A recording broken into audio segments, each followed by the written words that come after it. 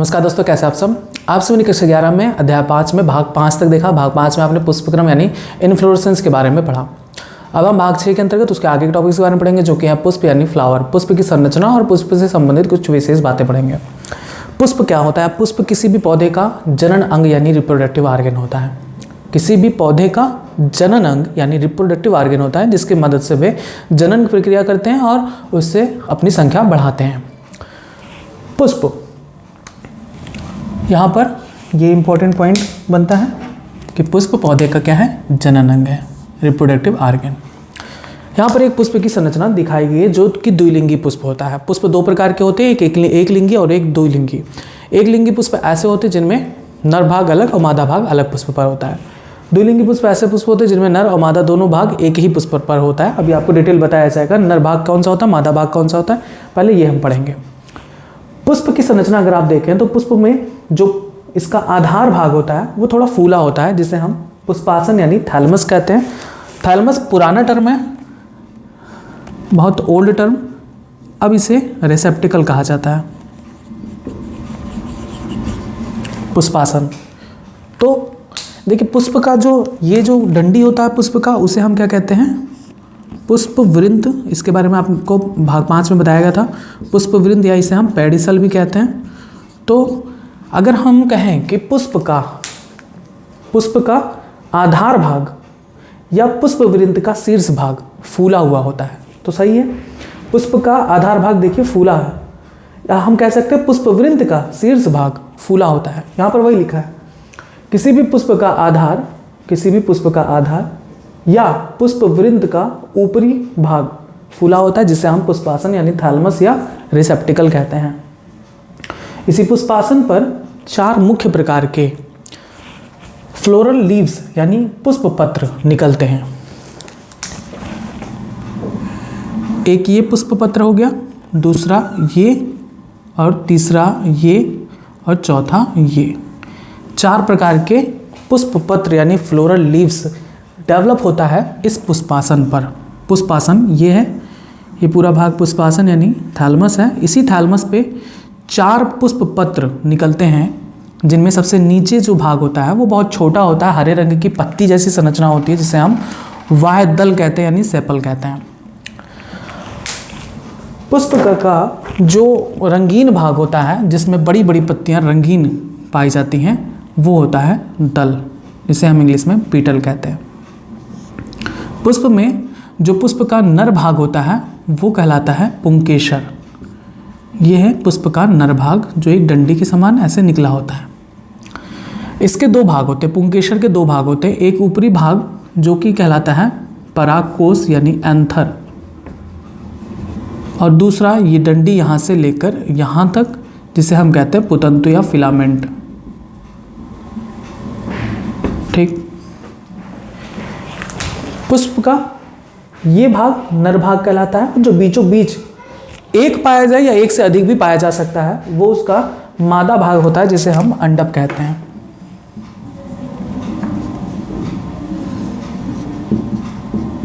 अंडप क्या है? पुष्प का मादा भाग।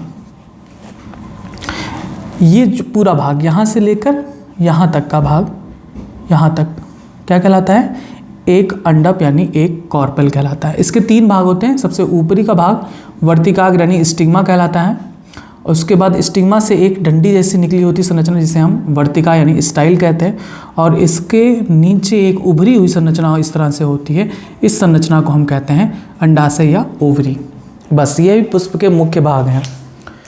पुष्प का आधार भाग फूला होता है, जिसे हम पुष्पासन कहते हैं। पुष्पासन से 4 प्रकार के पुष्प पत्र यानी फ्लोरल लीव्स निकलते हैं, जिनमें सबसे पहले वाह्यदल, जो कि हरे रंग का होता है, छोटी होती है।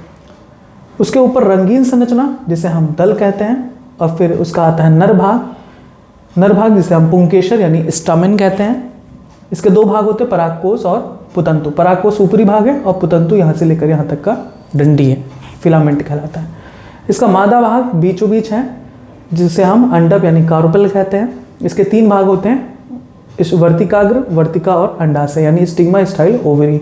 इस तरह से आपको संरचना के नाम याद करने होंगे कि पुष्प के 4 चक्र होते हैं।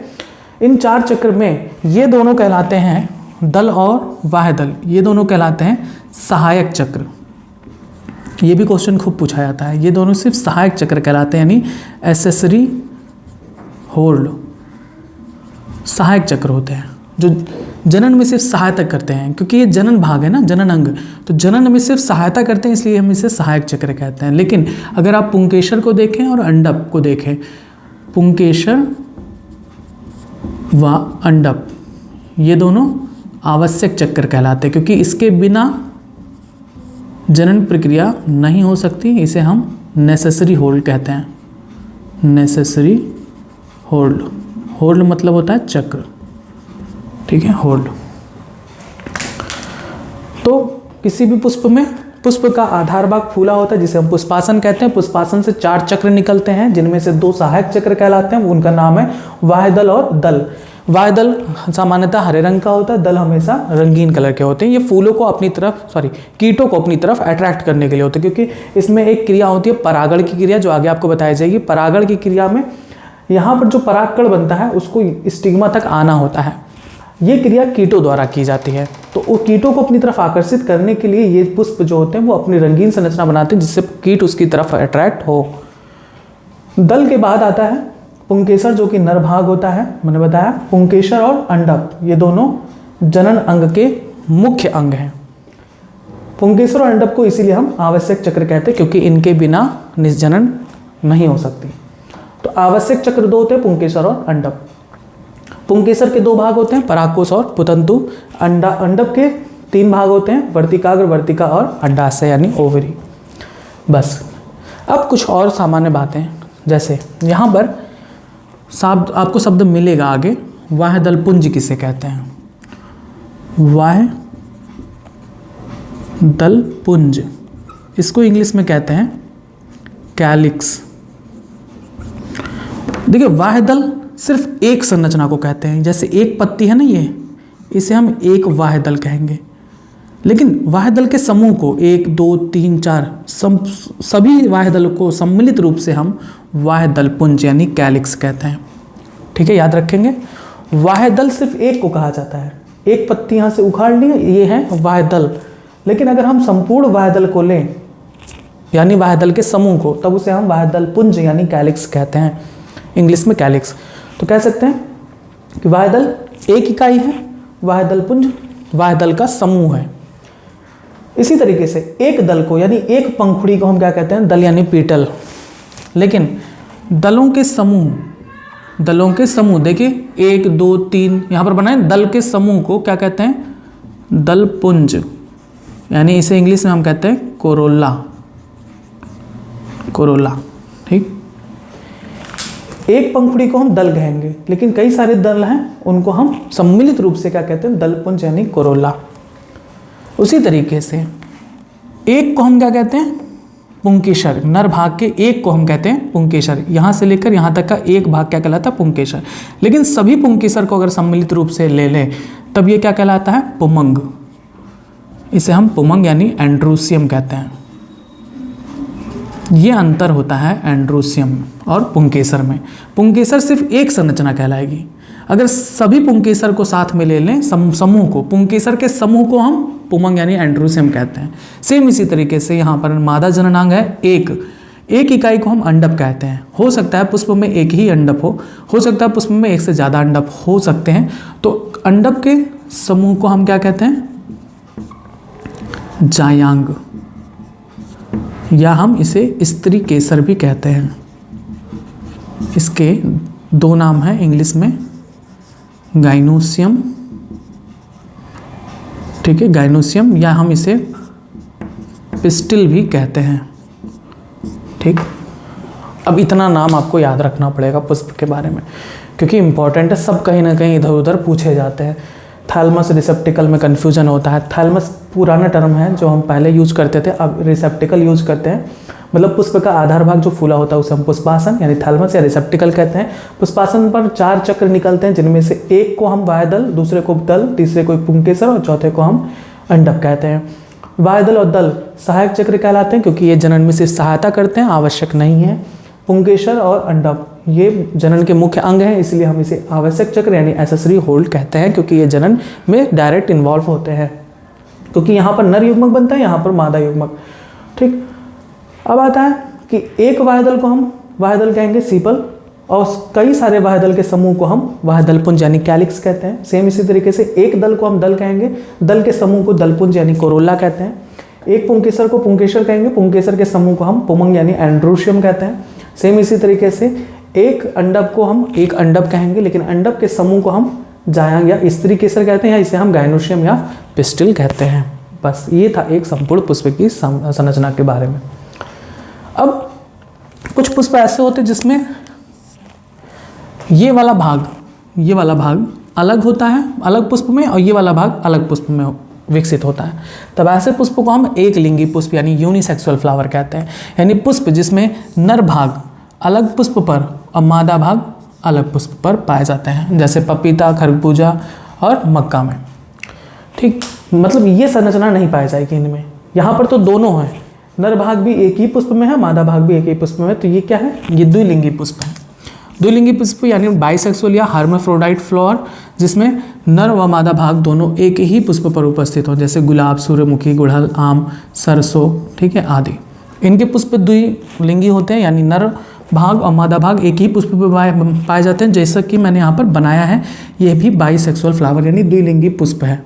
एक लिंगी पुष्प में ये वाला नर वाला भाग अलग पुष्प पर पाया जाएगा और ये वाला भाग अलग पुष्प पर पाया जाता है, बस यही अंतर है। तो एक लिंगी पुष्प और द्विलिंगी पुष्प का भी मतलब आपने समझ लिया। नेक्स्ट आता है सममिति यानी सिमेट्री के आधार पर पुष्प निम्न प्रकार के होते हैं, 3 प्रकार के।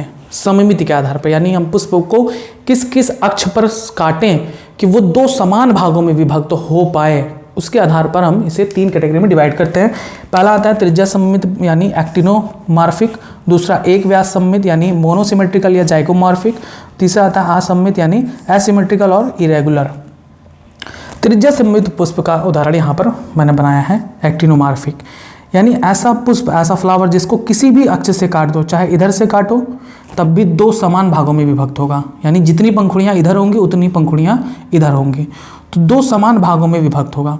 अगर हम इधर से काटते हैं तब भी क्या होगा, 2 समान अर्ध भागों में विभाजित होंगे, आधा भाग इधर सेम होगा, आधा इधर होगा। मतलब अगर हम इधर से मान लो काट देते हैं तो देखिए एक यहाँ पर भी वही आधा भाग है, जहाँ आधा भाग यहाँ पर सेम टू सेम डिक्टो, तो किसी भी अक्ष से पुष्प को काट दो, वो 2 समान अर्ध भाग में विभाजित हो जाए, यानी 2 समान आधे भाग में विभाजित हो जाए, उसे हम एक्टिनोमॉर्फिक फ्लावर कहते हैं, यानी त्रिज्या सममित पुष्प कहते हैं। ऐसे पुष्प जिन्हें केंद्र से होकर किसी भी उदग्र तल यानी वर्टिकल प्लेन में काटने पर 2 समान अर्ध भाग में विभक्त किया जा सकता है। वर्टिकल प्लेन मतलब पुष्प को ऐसे लेकर, जैसे यहाँ पर दिखाया गया है, ऐसे नहीं कि ऐसे पुष्प ले लिया, ठीक है, ऐसे पुष्प नहीं, पुष्प को इस दिशा में लेना है वर्टिकल। तो इसको किसी भी अगर प्लेन से काटने पर यह 2 समान अर्ध भाग में विभाजित हो जाता है, यानी आधा भाग इधर, जैसे अगर हम इधर से काटते हैं तो आधा इधर और आधा इधर, और दोनों के दोनों क्या हैं, समान दिख रहे हैं, दोनों आधा भाग समान दिख रहे हैं। ये भी वैसा ही दिख रहा है, इतना भाग वैसा ही दिख रहा है जैसे इतना भाग दिख रहा है। तब इस प्रकार के पुष्प को हम त्रिज्या सममित पुष्प कहते हैं, यानी ऐसे पुष्प जिन्हें केंद्र से होकर किसी भी उदग्र तल यानी वर्टिकल प्लेन में काटने पर 2 समान अर्ध भागों में विभक्त किया जा सकता है, त्रिज्या सममित पुष्प कहलाते हैं, जैसे सरसों, गुड़हल, टमाटर आदि। अब ऐसा पुष्प जिसको सिर्फ एक अक्ष से काटने पर, यहाँ पर देखिए सिर्फ एक अक्ष से हम इसको काट सकते हैं और ये 2 बराबर अर्ध भाग में विभाजित हो सकता है। देखिए आधा इधर पंखुड़ी, एक इधर और एक इधर, यहाँ पर देखिए आधा इधर, एक इधर, एक इधर, यानी सिर्फ एक एक्सिस से हम काटने पर 2 समान अर्ध भाग, ये भी अर्ध हो गया, ये भी अर्ध हो गया, और दोनों के दोनों क्या है, समान, ये भी इसके समान है, ये भाग इसके समान है। देखिए काटने पर अगर हम ऐसे काट दें तो ये वाला भाग इसी की तरह दिखाई दे रहा है। तो इसको सिर्फ एक प्लेन से काटने पर ये 2 समान अर्ध भागों में बांटा जा सकता है। अगर हम इसको इधर प्लेन से काट दें तो ये असमान हो गया, यहाँ पर एक पंखुड़ी सिंगल है, यहाँ पर देखिए 2 पंखुड़ी बच रही है, तब इसे हम क्या कहते हैं, जब सिर्फ एक एंगल से इसे काटने पर ये दो समान भागों में विभक्त हो सके तब हम इसे कहते हैं एक व्यास सममित पुष्प यानी मोनोसिमेट्रिकल यानी जैगोमॉर्फिक फ्लावर। जब पुष्प को केवल एक ही उदग्र तल में काटने पर दो समान अर्धभागों में बांटा जा सके, कितने, एक ही, तब और अन्य स्थानों पर वह दो समान अर्धभागों में ना बांटा जा सके, तो ऐसे पुष्प को एक व्यास सममित पुष्प कहते हैं, जैसे मटर, अरहर, सेम, अमलतास आदि। अब ऐसा पुष्प जिसको किसी भी एंगल से काटने पर वो दो बराबर भागों में ना विभक्त हो, अगर मान लो इसको ऐसे काट देते हो तो देखिए यहाँ की संरचना अलग है, यहाँ के आधा भाग की संरचना अलग है। अगर हम इधर से काटते हैं तब भी इधर का संरचना अलग है, इधर का संरचना अलग है। तो इसको किसी भी प्लेन से काटने पर हम दो समान अर्ध भागों में विभाजित नहीं कर सकते। तो ऐसे पुष्प को हम क्या कहते हैं, असममित पुष्प या एसिमेट्रिकल, या फिर हम इसे इरेगुलर पुष्प कहते हैं। इसका एक एग्जांपल है कैना। बस ये था आपका अभी तक का सममित के आधार पर पुष्प का प्रकार। ठीक, इसको बार बार रटिएगा क्योंकि ये 12th में फिर आएगा पुष्प की संरचना। और ये था पुष्प में एक लिंगी पुष्प, द्विलिंगी पुष्प और सममिति के आधार पर पुष्प के प्रकार। आइए अब अगला टॉपिक देखते हैं कि पुष्पासन पर यानी थैलमस पर अन्य पुष्प पत्रों की उपस्थिति कैसी होती है, उनके आधार पर पुष्प को 3 भागों में विभाजित किया गया है। सबसे पहला आता है जायांगधर पुष्प यानी हाइपोजिनस फ्लावर। जब पुष्प के अन्य पत्र जैसे इसका सेपल यानी वाह्यदल, पेटल यानी दल, स्टमेन यानी पुंकेसर, जब ये सभी भाग अंडाशय के नीचे स्थित हो, देखिए अंडाशय कहाँ पर है, यहाँ पर, और इसके लेवल के नीचे अगर ये सभी उपस्थित होते हैं तब इस प्रकार के पुष्प को हम हाइपोजिनस पुष्प फ्लावर यानी जायांगधर पुष्प कहते हैं। ठीक है, यानी थैलमस की उपस्थिति पर, या फिर ऐसे कह सकते हैं कि ओवरी के आसपास अन्य पुष्प पत्रों की उपस्थिति के आधार पर पुष्प को 3 भागों में विभाजित किया गया है। पहला आता है जायांगधर पुष्प यानी हाइपोजिनस फ्लावर, ऐसा पुष्प जिसमें अंडाशय के अलावा जो अन्य पत्र हैं जैसे पुंकेसर, दल, वाह्यदल, ये सभी अंडाशय के नीचे स्थित हो। अंडाशय ऊपर है, सबसे ऊपर देखिए, सबसे टॉप पे है, उसके नीचे है ये, इसके नीचे ये, इसके नीचे ये। तो जब अंडाशय के नीचे अन्य पुष्प पत्र होते हैं तब इस प्रकार के पुष्प को हम हाइपोजिनस पुष्प कहते हैं, और ऐसे अंडाशय को हम सुपीरियर ओवरी यानी उच्चतर अंडाशय कहते हैं। ये सब क्वेश्चन पूछे जाते हैं कि सुपीरियर ओवरी किसे कहते हैं, इसका एग्जाम्पल बताइए। तो सुपीरियर ओवरी ऐसा ओवरी जिसमें, ऐसा अंडाशय जिसमें पुष्प के अन्य सहपत्र जैसे पुंकेसर, दल, वाह्यदल, ये सभी अंडाशय के नीचे स्थित होते हैं। ऐसे अंडाशय को हम उच्चतर अंडाशय यानी सुपीरियर ओवरी कहते हैं, और ऐसे पुष्प को हम जायांगधर पुष्प यानी हाइपोजिनस फ्लावर कहते हैं, जिसके एग्जाम्पल है सरसों, गुड़हल आदि। समझ में आया कि जब अंडाशय के नीचे सभी स्थित हों तब ऐसे पुष्प को जायांगधर पुष्प, और ऐसे अंडाशय को उच्चतर अंडाशय यानी सुपीरियर ओवरी कहते हैं, क्योंकि सबसे ऊपर है इसलिए इसे हम कहते हैं सुपीरियर। अब दूसरा आता है जब अंडाशय नीचे हो और अंडाशय के ऊपर ये सभी भाग स्थित हों, जैसे देखिए अंडाशय क्या है, नीचे है, यहाँ पर अंडाशय ऊपर है।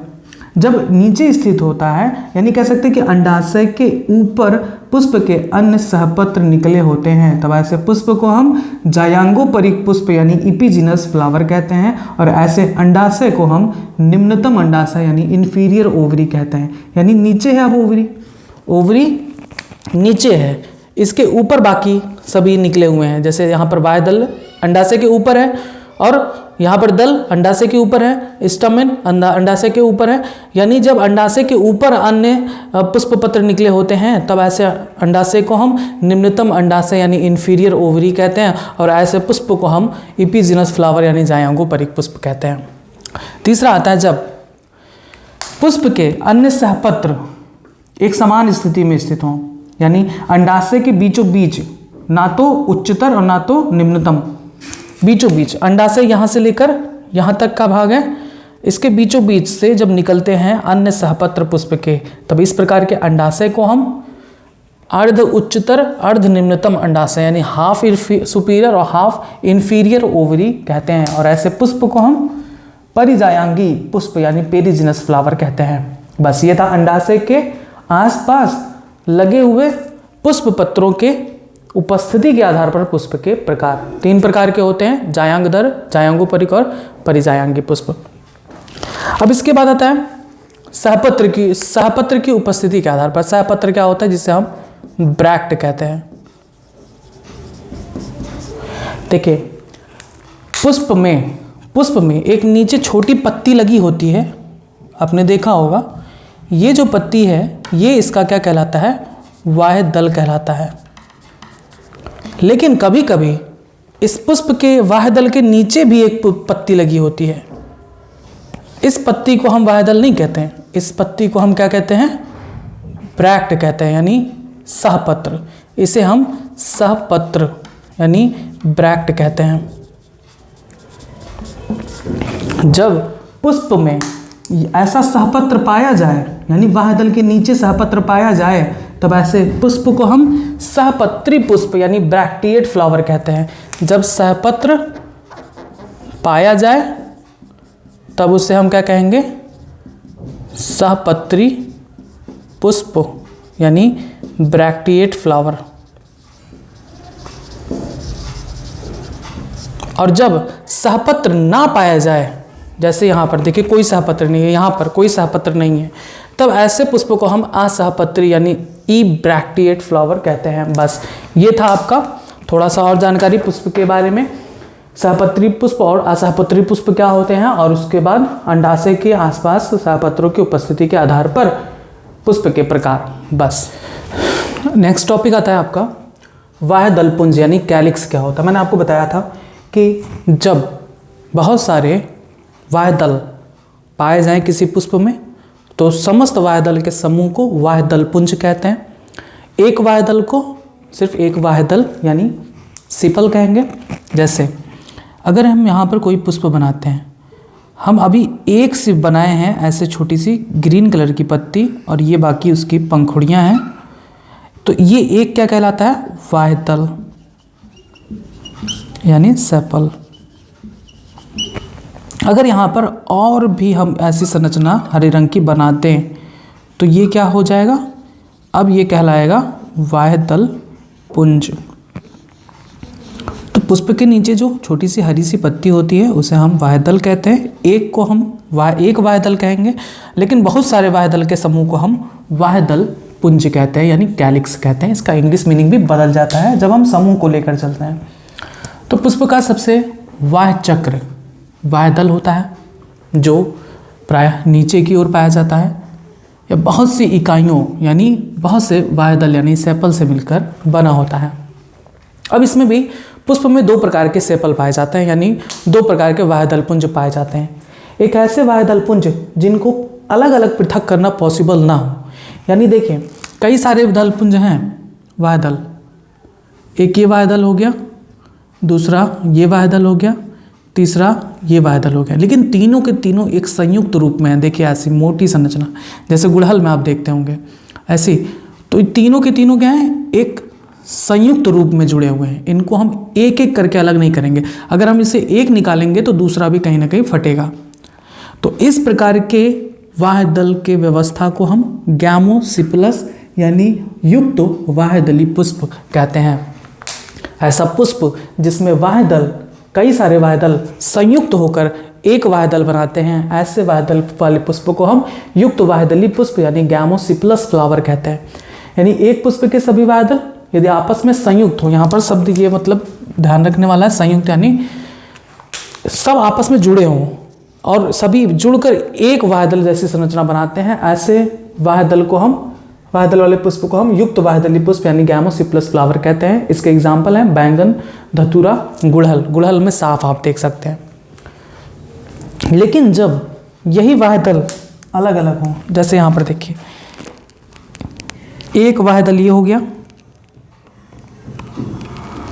जैसे आप उसमें गुलाब में भी देख सकते हैं, दूसरा बाह्य दल ये हो गया, तीसरा बाह्य दल ये हो गया, ये सब के सब क्या है, अलग अलग है, एक दूसरे से अलग है। ऐसे बाह्य दल के समूह को हम पृथक बाह्य दली पुष्प यानी पॉलीसेपलस फ्लावर कहते हैं, यानी किसी पुष्प के बाह्य दल एक दूसरे से अलग होते हैं तो ऐसे पुष्प को हम पृथक बाह्यदली पुष्प कहते हैं, जैसे सरसों यानी मस्टर्ड में। समझ में आया? युक्त बाह्यदली का मतलब जब सभी बाह्यदल संयुक्त होकर ऐसी संरचना, एक बाह्यदल जैसी संरचना बनाते हैं तब ऐसे हम युक्त बाह्यदली कहेंगे। पृथक बाह्यदली जब सभी बाह्यदल एक दूसरे से पृथक होते हैं, स्वतंत्र होते हैं। ठीक है, ये आपस में क्या है, स्वतंत्र है, एक दूसरे से जुड़े नहीं है, लेकिन ये सब आपस में जुड़े हुए हैं। तो जब जुड़े होंगे तब युक्त बाह्यदली, जब फ्री होंगे, स्वतंत्र होंगे, तब इसे हम पृथक बाह्यदली कहते हैं, जिसके एग्जाम्पल हैं सरसों। अब कुछ ऐसे पुष्प होते हैं जिनमें पुष्प खिलने से पहले ही ये जो बाह्यदल होता है वो गिर जाता है। ऐसे पुष्प को शीघ्रपाती यानी कैडुकस कहते हैं। देखिए, ऐसे पुष्प कलिका के खिलते ही झड़ जाते हैं।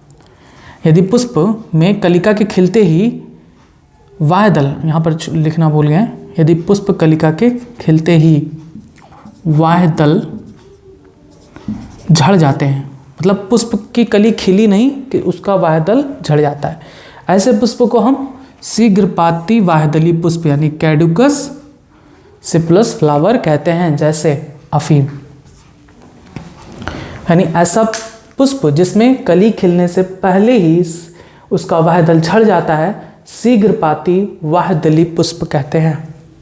ऐसा बाह्यदल जिसमें पुष्प खिलने के बाद तक, जब तक परागण की प्रक्रिया ना हो जाए, परागण का मतलब परागकण का पराग से निकलकर मादा भाग के वर्तिकाग्र पर पहुंच जाए। तो परागण से पहले मतलब परागण तक अगर यहाँ पर, यानी कह सकते हैं कि यहाँ पर जब तक परागण की क्रिया ना हो जाए तब तक अगर ये लगा रहता है बाह्यदल पुष्प से, तब इसे हम क्या कहते हैं, पर्णपाती यानी डेसिडुअस। और जब परागण की क्रिया हो जाती है तब जब नर युग्मक मादा युग्मक से फ्यूज कर लेता है तो उससे जाइगोट बनता है, तो जाइगोट से फिर जब भ्रूण बनने लगता है तब ये सभी झड़ जाते हैं। ठीक है, बाह्यदल और दल पुष्प से अलग हो जाते हैं, तो ऐसे पुष्प को हम पर्णपाती बाह्यदली पुष्प कहते हैं। ऐसा बाह्यदल जो फल बनने के बाद भी ना झड़े, मतलब फल बनने के साथ साथ वो भी उसके साथ फल के साथ लगा रहे, ऐसे बाह्यदल को हम चिरलग्न यानी परसिस्टेंट कहते हैं, जो खूब पूछा जाता है नीट वगैरह में, जिसके एग्जाम्पल हैं टमाटर, मिर्च, बैंगन। आपने देखा होगा टमाटर में जब आप लाल टमाटर लेके आते हैं तो उस पर हरी हरी संरचना, पत्ती छोटी छोटी जुड़ी होती है उसके ऊपर, वो चिरलग्न है, मतलब फल बनने के बाद भी उससे जुड़ा हुआ है। तो ऐसे बाह्यदल को हम चिरलग्न यानी परसिस्टेंट कहते हैं। मिर्च में देखिए, मिर्च को जब आप उखाड़ते हैं उसकी जो टोपी होती है वो उसका क्या होता है, वो उसका गैमोसिप्लस यानी युक्त बाह्यदल होता है उसमें। इसी तरीके से आप अगर बैगन में देखें तो बैगन में जो कहते हैं ना कि उसके ऊपर सर पे ताज होता है, तो वो ताज ही उसका क्या है, बाह्यदल होता है, लेकिन वो बाह्यदल चिरलग्न है, फल बनने के साथ साथ उस पर जुड़ा हुआ होता है। तो यहाँ पर क्वेश्चन पूछा जाता है कि चिरलग्न बाह्यदल के उदाहरण बताइए। टमाटर, मिर्च, बैगन या वो सभी सब्जियां जो आप देखते हैं जिनमें वह हरी संरचना उससे जुड़ी होती है। ठीक है, ये हो गया बाह्यदल के बारे में। बाह्यदल से जुड़ी ये दो बातें खूब पूछी जाती हैं, इनके एग्जाम्पल्स पूछे जाते हैं। गैमोसिप्लस के उदाहरण बताइए, पॉलीसिप्लस के उदाहरण बताइए। तो गैमोसिप्लस के उदाहरण यहाँ पर दिए गए हैं, बैगन, धतूरा, गुड़हल। पॉलीसिप्लस के उदाहरण दिए गए हैं। उसके बाद यहाँ पर ये क्वेश्चन पूछा जाता है कि कौन सा बाह्यदल चिरलग्न होता है यानी परसिस्टेंट होता है, लाइफ टाइम मतलब उससे जुड़ा होता है जब तक फल ना बन जाए, फल के साथ साथ जुड़ा होता है। तो टमाटर, मिर्च, बैगन आदि। अब आता है दलपुंज यानी जिसे हम कोरोला कहते हैं। मैंने बताया था कि दूसरा पुष्प का दूसरा चक्र होता है दल यानी पीटल। यहाँ पर देखेंगे तो पुष्प का जो रंगीन भाग होता है उसे हम दल कहते हैं। पुष्प का रंगीन पंखुड़ी जो होता है इसे हम क्या कहते हैं, दल। एक को हम कहेंगे दल यानी पीटल, और दलों के समूह को, देखिए एक को हमने क्या कहा, दल, लेकिन इन सभी को समस्त रूप से क्या कहते हैं, यानी दलों के समूह को हम क्या कहते हैं, दल पुंज यानी Corolla, Corolla Altis. Corolla Altis गाड़ी का नाम है, यहाँ पर वो शब्द नहीं है। यहाँ पर कोरोला का मतलब है दलपुंज का, कि जब बहुत सारे पीटल्स का समूह होता है तब इसे हम दलपुंज यानी कोरोला कहते हैं। अब ये भी दो प्रकार का होता है। अगर दलपुंज एक दूसरे से स्वतंत्र हैं, देखिए कोई जुड़ा नहीं है आपस में, सब स्वतंत्र हैं, तब ऐसे पुष्प को हम पॉलीपिटलस कहते हैं यानी युक्त दली पुष्प। देखिए सॉरी, पृथक दली पुष्प कहते हैं, यानी पॉलीपिटिलस फ्लावर कहते हैं। पॉलीपिटिलस फ्लावर यानी जिसमें सारे के सारे दल क्या हो, स्वतंत्र होते हैं। जब सारे दल स्वतंत्र हों तब ऐसे पुष्प को हम पृथक दली पुष्प यानी पॉलीपिटिलस फ्लावर कहते हैं, जिसके एग्जाम्पल हैं सरसों, गुलाब आदि। गुलाब में भी आप देखेंगे तो सभी की सभी पंखुड़ियाँ अलग हो जाती हैं। जिसमें पंखुड़ी अलग ना हो पाए, एक पंखुड़ी अलग ना हो पाए, वो क्या कहलाता है, युक्त दली। और जिसमें पंखुड़ी एक एक अलग हो जाए उसे हम क्या कहते हैं, पृथक दली पुष्प। अब युक्त दली पुष्प में जिसमें पंखुड़ियाँ आपस में जुड़ी होती हैं, दल को हम पंखुड़ी भी कहते हैं, यहाँ पर मैंने लिख दिया है। जैसे यहाँ पर देखिए गुड़हल के पुष्प में आपको ऐसा देखने को मिलेगा, जहाँ पर सभी के सभी जो जब गुड़हल नहीं कह सकते, गुड़हल में तो आपका पृथक दल ही होता है। युक्त दल में बहुत सारे ऐसे पौधे जिसमें पंखुड़ियाँ एक दूसरे से जुड़ी होती हैं, अलग नहीं होती। जैसे एक पीले रंग का फूल होता है गुलमोहर, उसमें आपको देखने को मिलेगा। तो ऐसा पुष्प जिसमें दल परस्पर जुड़े होते हैं, ऐसे पुष्प को हम युक्त दली पुष्प कहते हैं। इसके एग्जाम्पल बैंगन है, तंबाकू का पुष्प। पृथक दली पुष्प में ऐसे पुष्प जिसमें दल स्वतंत्र होते हैं, जैसे सरसों, गुलाब आदि। बस इसी तरीके से आप नोट कर डालिए। वाह्य दलपुंज के बारे में कि यह पुष्प का सबसे वाह्य चक्र होता है, जो प्रायः नीचे की ओर पाया जाता है। यह बहुत सारी इकाइयों यानी यूनिट्स, जिन्हें वाह्य दल यानी सेपल कहते हैं, से मिलकर बनता है। इसमें दो प्रकार होते हैं, युक्त वाह्य दली पुष्प यानी गैमोसिपलस फ्लावर। एक पुष्प के सभी वाह्य दल यदि आपस में संयुक्त होते हैं तो इन्हें युक्त वाह्य दली पुष्प कहते हैं, जैसे बैगन, धतूरा, गुड़हल आदि।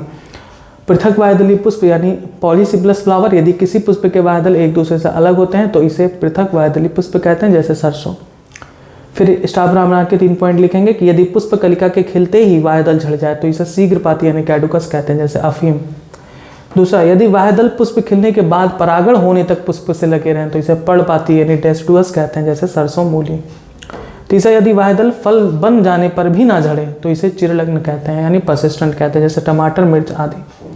उसके बाद दलपुंज के बारे में लिखेंगे, कोरोला के बारे में, कि यह बहुत सी दलों यानी पंखुड़ियों से मिलकर बना होता है, प्रायः यह भड़कीले रंग की होती हैं।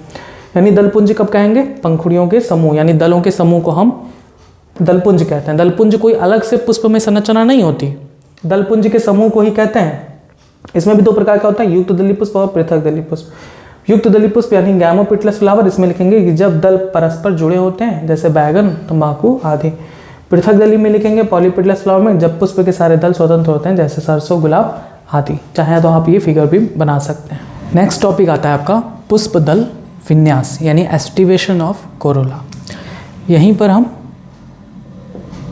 वाह लिखेंगे, वाह नहीं या लिख सकते हैं, या वाह्य दल विन्यास यानी aestivation of Corolla and calyx, दोनों को एक साथ पढ़ेंगे। एक को समझेंगे, दूसरा अपने आप समझ में आ जाएगा। पुष्प दल विन्यास का मतलब क्या होता है, जो मैंने आपको बताया था कि पुष्प दल जिसे हम दल कहते हैं, समूह को दलपुंज कहते हैं। तो दलों का जो समूह होता है जिसे हम दलपुंज कहते हैं, उसमें हमें देखना है कि ये जो दल होते हैं वो आपस में एक दूसरे के साथ किस तरह से व्यवस्थित होते हैं। उन्हीं के व्यवस्थित क्रम को ही कहा जाता है विन्यास, यानी पुष्प दल का विन्यास मतलब पुष्प के दलों का आपस में किस तरह से व्यवस्थित क्रम है, उसी को हम पुष्प दल विन्यास कहते हैं। तो पुष्प दल विन्यास यानी कलिका अवस्था में, जब पुष्प खिली नहीं होती, जब वो कली अवस्था में होती है, तब हम देखेंगे कि जो मान लो कि ये यहाँ पर मैं 5 बनाया हूँ दल पुष्प के, तो ये दल आपस में एक दूसरे से कैसे जुड़े होते हैं, इसी व्यवस्थित क्रम को ही विन्यास कहा जाता है। यानी कलिका अवस्था में दलों की या वाह्य दलों की परस्पर व्यवस्था कि वे कैसे आपस में एक दूसरे के साथ बने हुए हैं, यही व्यवस्था को पुष्प दल विन्यास कहते हैं। अब इसके आधार पर 5 प्रकार के पुष्प को बांटा गया है। इसमें सबसे पहला आता है कोर स्पर्शी यानी वॉल्वेट टाइप फ्लावर। ऐसा फ्लावर जिसमें आप यहाँ पर देखें ये सभी पंखुड़ियाँ हैं यानी दल हैं। ये एक दल है, ठीक है, ये दूसरा दल है, ये तीसरा दल है, ये चौथा दल है, ये 5वां दल है। ऐसा पुष्प जिसमें ये जो दल हैं वो सिर्फ किनारे पर जरा सा सिर्फ छुए हुए हों, इससे ज़्यादा ओवरलैप नहीं करते, यानी ये एक किसी को ढकते नहीं हैं। ऐसे सिंपल यहाँ पर बना हुआ है, देखिए इसी को ऐसे यहाँ पर दिखाया गया है। यानी ये किसी को भी दल को आपस में ना तो छू रहे हैं ना तो ढक रहे हैं। हल्का फुल्का छू सकते हैं, ऐसा कह सकते हैं कि हल्का सिर्फ छूते हैं, एक दूसरे के सिर्फ छूते हैं, ढकते नहीं हैं। ढकने का मतलब ये चीज़ अगर बड़ा होकर ऐसे आ जाए, मतलब कि ये वाला दल इसको ढक लिया है यहाँ तक, है ना, लेकिन ये ढकते नहीं है, ये एक दूसरे को बस छूते हैं। तो इस प्रकार के दलों की व्यवस्थित क्रम को हम कोर स्पर्शी यानी वॉल्वेट टाइप एस्टिवेशन कहते हैं। ठीक है, इसी को हम इस तरह से दिखा सकते हैं, दर्शा सकते हैं। दूसरा आता है व्यावर्तित यानी ट्विस्टेड। अगर यहाँ पर देखें तो इनमें दल या बाह्य दल का, देखिए या तो दलों की व्यवस्था या तो बाह्य दलों की व्यवस्था, दोनों को हम यहाँ पर समझेंगे। मतलब कि अगर दल इस तरह से हैं, एक दल ऐसे है, फिर एक दल ऐसे है, एक दूसरे को बस छू रहे हैं, किसी को ओवरलैप नहीं कर रहे हैं, तब इस प्रकार के दलों की व्यवस्था को हम कोर स्पर्शी दल व्यवस्था कहेंगे।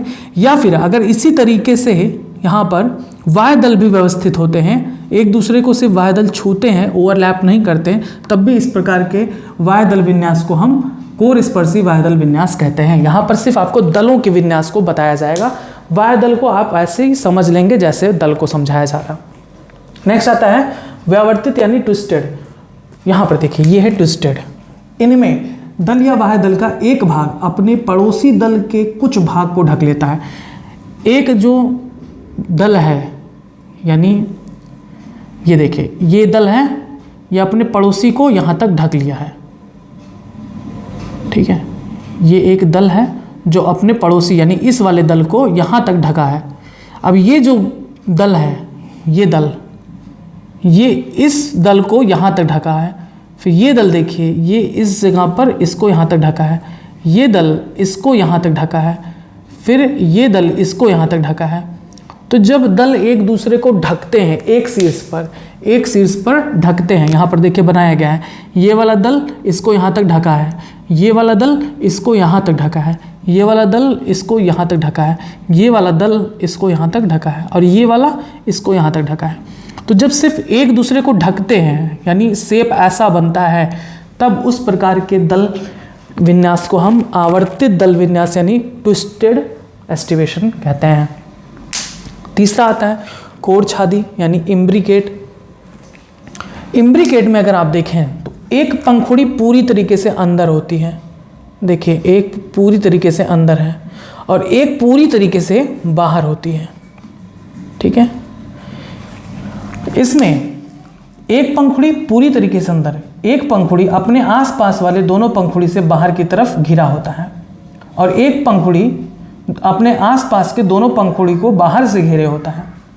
इसमें एक दल के दोनों किनारे, एक दल है इसके दोनों किनारे पड़ोसी दल के किनारों से ढके होते हैं। ठीक, और एक अन्य दल इसकी बात हो रही है कि दोनों किनारे संलग्न दलों को ढके रहते हैं, संलग्न दलों को ढके रहते हैं। शेष दलों में एक किनारा बाहर की तरफ और एक किनारा अंदर की तरफ, एक किनारा बाहर की तरफ, एक किनारा अंदर की तरफ, एक किनारा बाहर की तरफ, एक किनारा अंदर की तरफ होता है। शेष दलों में एक किनारा पास के दल के तह से ढका होता है और दूसरा पास के दल के किनारे को ढका रहता है, जैसे अमलतास में। ये इसका फॉर्मूला है। फिर आता है अलौकिक यानी क्विंक्विंशियल। जब दो पुष्पदल, इसमें आप देखें, जब दो पुष्पदल पूरी तरीके से अंदर स्थित हों, ये देखिए ये हो गया पूरी तरीके से अंदर की तरफ, ये हो गया पूरी तरह से अंदर की तरफ, और दो दल इस तरह से पूरी तरह से बाहर हों, एक ये और एक ये। यानी हम कह सकते हैं कि जो दो दल होते हैं उनके दोनों किनारे आसपास के दलों से ढके हों, और दो दल ऐसे हों जो आसपास के दलों के किनारे को ढके हों, तब इस प्रकार की व्यवस्था को हम क्विंक्विंशियल यानी अलौकिक प्रकार का एस्टिवेशन विन्यास कहते हैं।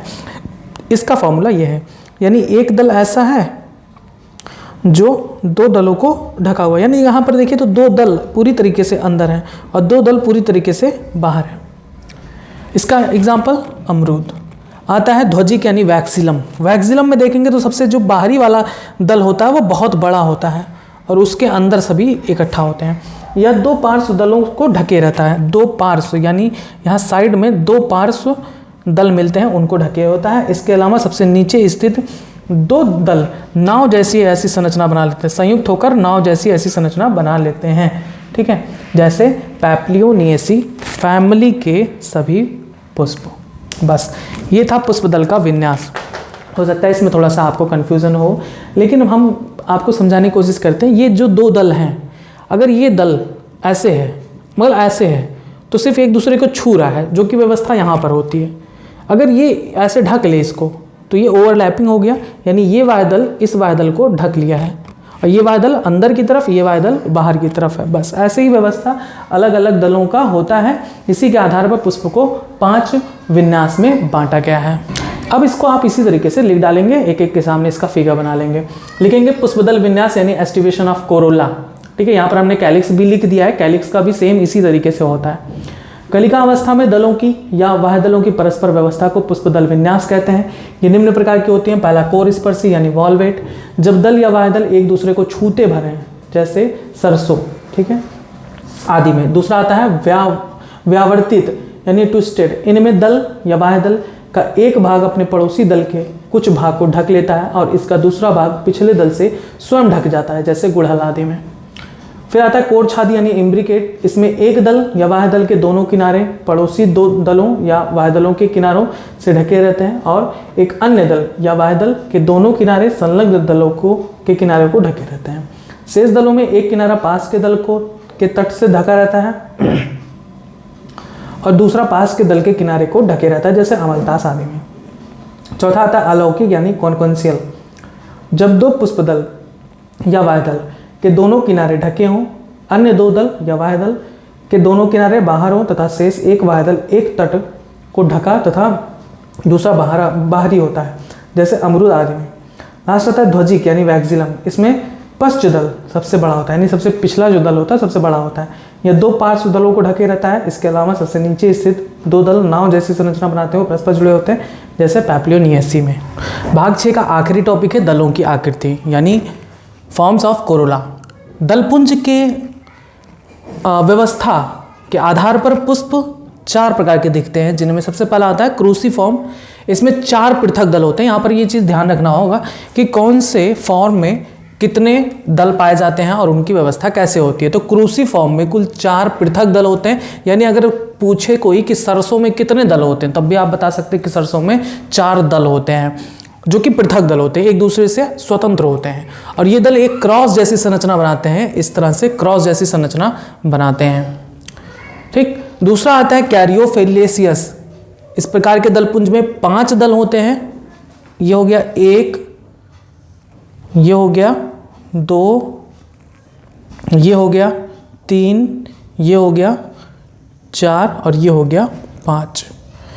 5 दल बनाते हैं और पांचों दल नखर यानी बीच के भाग से 90 अंश का कोण बनाते हैं। इसका एग्जाम्पल है खट्टी बूटी यानी ऑक्सैलिस। तीसरा आता है गुलाबवत यानी रोजेसी। तो इस प्रकार के दलपुंज में 5 या 5 से अधिक दल पाए जाते हैं, ये इंपॉर्टेंट पॉइंट है। इनमें नखर बहुत छोटे या फिर नहीं पाए जाते हैं, बहुत छोटे या फिर नहीं पाए जाते हैं। लास्ट आता है पैप्लियोनिएसियस। अभी आपको बताया था पैप्लियोनिएसिस मतलब पहले वाले में वैक्सिलम टाइप ऑफ एस्टिवेशन में बताया था कि इसमें 5 स्वतंत्र दल तो पाए जाते हैं, लेकिन एक जो सबसे बाहरी होता है वो बहुत बड़ा होता है। इसके अंदर 2 होते हैं जो इस तरह से व्यवस्थित होते हैं और 2 संयुक्त होकर एक नाव जैसी संरचना बनाते हैं। पश्च दल सबसे बड़ा होता है, जिसे हम क्या कहते हैं ध्वजक, यानी इस दल को हम क्या कहते हैं ध्वजक कहते हैं, यानी वैक्सिलम कहते हैं। इसके अंदर 2 होते हैं और 2 संयुक्त होकर नाव जैसी संरचना बनाते हैं। तो इस प्रकार के दल की आकृति को हम पैप्लियोनिएसियस टाइप का कोरोला कहते हैं। बस ये था दलों की आकृति। और भी दलों की आकृति होती है जो ज़्यादा पूछी नहीं जाती, इस वजह से मैंने आपको नहीं बताया है। ये 4 पूछे जाते हैं बार बार, इसके एग्जाम्पल्स पूछे जाते हैं, तो मैंने आपको बता दिया। बस ये था आखिरी टॉपिक भाग 6 का दल के बारे में। दल, वाह्यदल, पुष्पक्रम ये सभी पूरी तरीके से खत्म होते हैं। भाग 7 में इसके आगे के टॉपिक्स के बारे में बताया जाएगा, जो कि होगा पुमंग यानी एंड्रोसियम। तब तक आप जुड़े रहें बायोलॉजी हिंदी चैनल के साथ। धन्यवाद।